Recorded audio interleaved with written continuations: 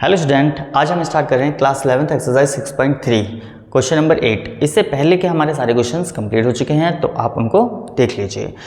क्या है question number 8 में, हाउ मेनी वर्ड्स विद और without meaning can be formed using all the letters of the word equation using each letter exactly once. मतलब कि यहाँ पर क्या है, जो लेटर एक बार आ जाएगा वो दोबारा नहीं आना चाहिए, और यहाँ पर हमें ऐसे वर्ड बनाने हैं जिसका मीनिंग हो या ना हो।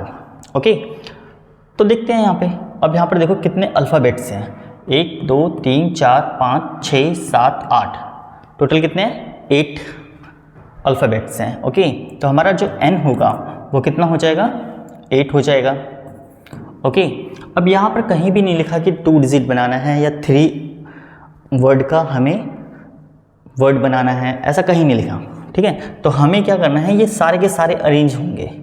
ओके, सारे के सारे अरेंज होंगे तो r इज इक्वल टू कितना हो जाएगा, वो भी 8 हो जाएगा।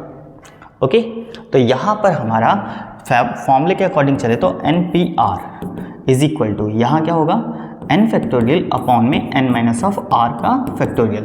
तो यहाँ पर 8p8 ये होगा। अब यहाँ पर क्या होता है, NPN जो होता है वो किसके बराबर होता है, n फैक्टोरियल के बराबर ही होता है।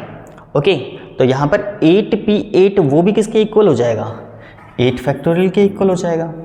अब यहाँ पर जो 8 फैक्टोरियल होता है वो क्या होगा, 8 इंटू 7 इंटू 6 5 4 3 2 और फिर 1।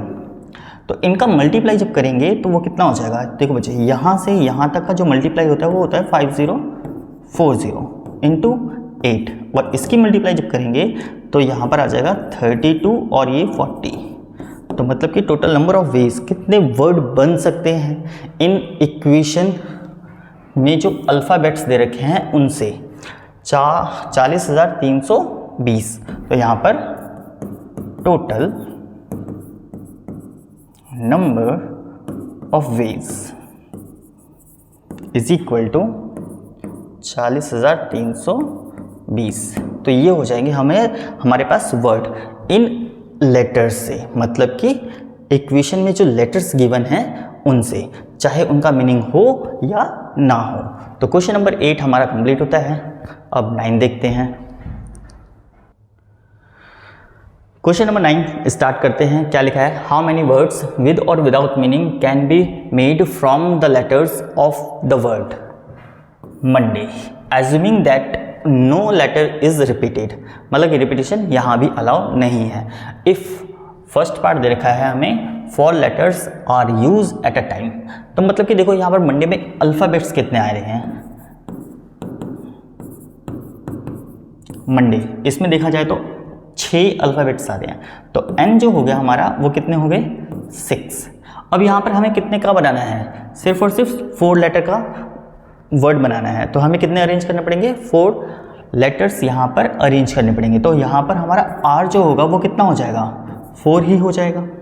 अब इसको देखते हैं कि इसमें टोटल नंबर ऑफ वेज कितने बनेंगे। ओके, तो यहाँ पर हमारा NPR के अकॉर्डिंग, तो यहाँ पर हमारा आ जाएगा n फैक्टोरियल अपॉन में n माइनस ऑफ r का फैक्टोरियल। तो n की बात करें तो वो 6 और r की बात करें तो वो 4। तो यहाँ पर क्या हो जाएगा, 6 फैक्टोरियल अपॉन में 6 माइनस ऑफ 4 का फैक्टोरियल। तो इसको सॉल्व करते हैं। यहाँ पर 6 फैक्टोरियल अपॉन में 2 फैक्टोरियल। तो यहाँ पर हमारा आ गया 6 इंटू 5 4 3 और फिर 2 का फैक्टोरियल अपॉन में 2 फैक्टोरियल। इससे ये ख़त्म। तो ये हमारा हो गया 30 और इन दोनों की मल्टीप्लाई 12, 12 दिया 36, 36 0, मतलब कि 360 हो जाएगा। ओके, तो यहाँ पर हमारा टोटल नंबर ऑफ वेज वो कितने हो गए, 360। ओके, तो हमारा फर्स्ट पार्ट कंप्लीट। अब सेकंड देखते हैं। सेकंड पार्ट में क्या लिखा है, all letter are use at a time. तो यहाँ पर हमारे पास जो वर्ड था क्या था, मंडे के अकॉर्डिंग। तो यहाँ पर क्या आ जाएगा,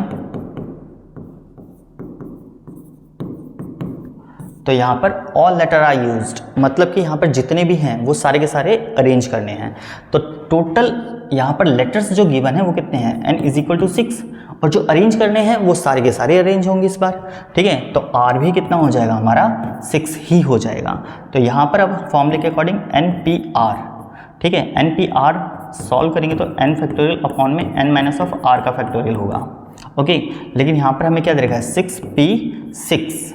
अब यहाँ पर देखा जाए तो प्रॉपर्टी के according NPN is equal to n factorial के बराबर होता है। तो हमें इतना फॉर्मूला लगाने की जरूरत नहीं है, हम डायरेक्टली हम क्या लिख सकते हैं 6 फैक्टोरियल लिख सकते हैं। और 6 फैक्टोरियल जो होता है वो क्या होगा 6 इंटू 5 4 3 2 एंड 1, जो कि मल्टीप्लाई करने पर यह आ जाएगा 720। तो यहाँ पर हमारा टोटल नंबर ऑफ वेज वो कितने हो गए 720। तो हमारा सेकंड पार्ट भी कंप्लीट होता है, ओके। यहाँ पर ऐसे सॉल्व करने की ज़रूरत नहीं है, हाँ डायरेक्टली हमने प्रॉपर्टी का यूज़ करा, उसके बाद ये आंसर। तो हमारा सेकंड पार्ट भी कंप्लीट। अब हम थर्ड पार्ट देखते हैं। थर्ड पार्ट स्टार्ट करते हैं। क्या लिखा है, all letter are used but first letter is vowels. मतलब कि यहाँ पर पहला अब जो अल्फ़ाबेट आए वो क्या होना चाहिए, वो हमारा वोवल्स होना चाहिए। और था क्या हमारे पास मंडे, है ना। यहाँ पर सारे के सारे अल्फ़ाबेट्स यूज़ होंगे, ओके।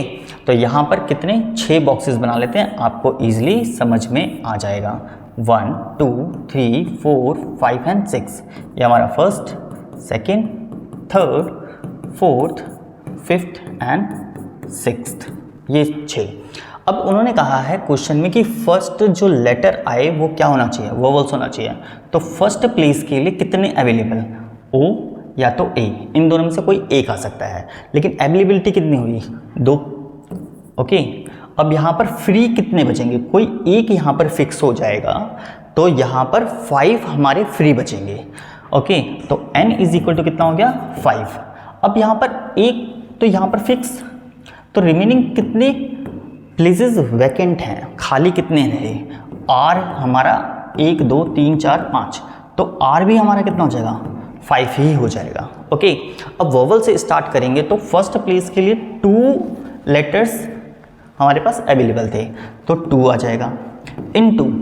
अब यहाँ पर फॉर्मूले के अकॉर्डिंग चलें तो यहाँ पर क्या होगा NPR, है ना। तो NPR, n कितना है 5 और PR भी कितना है 5।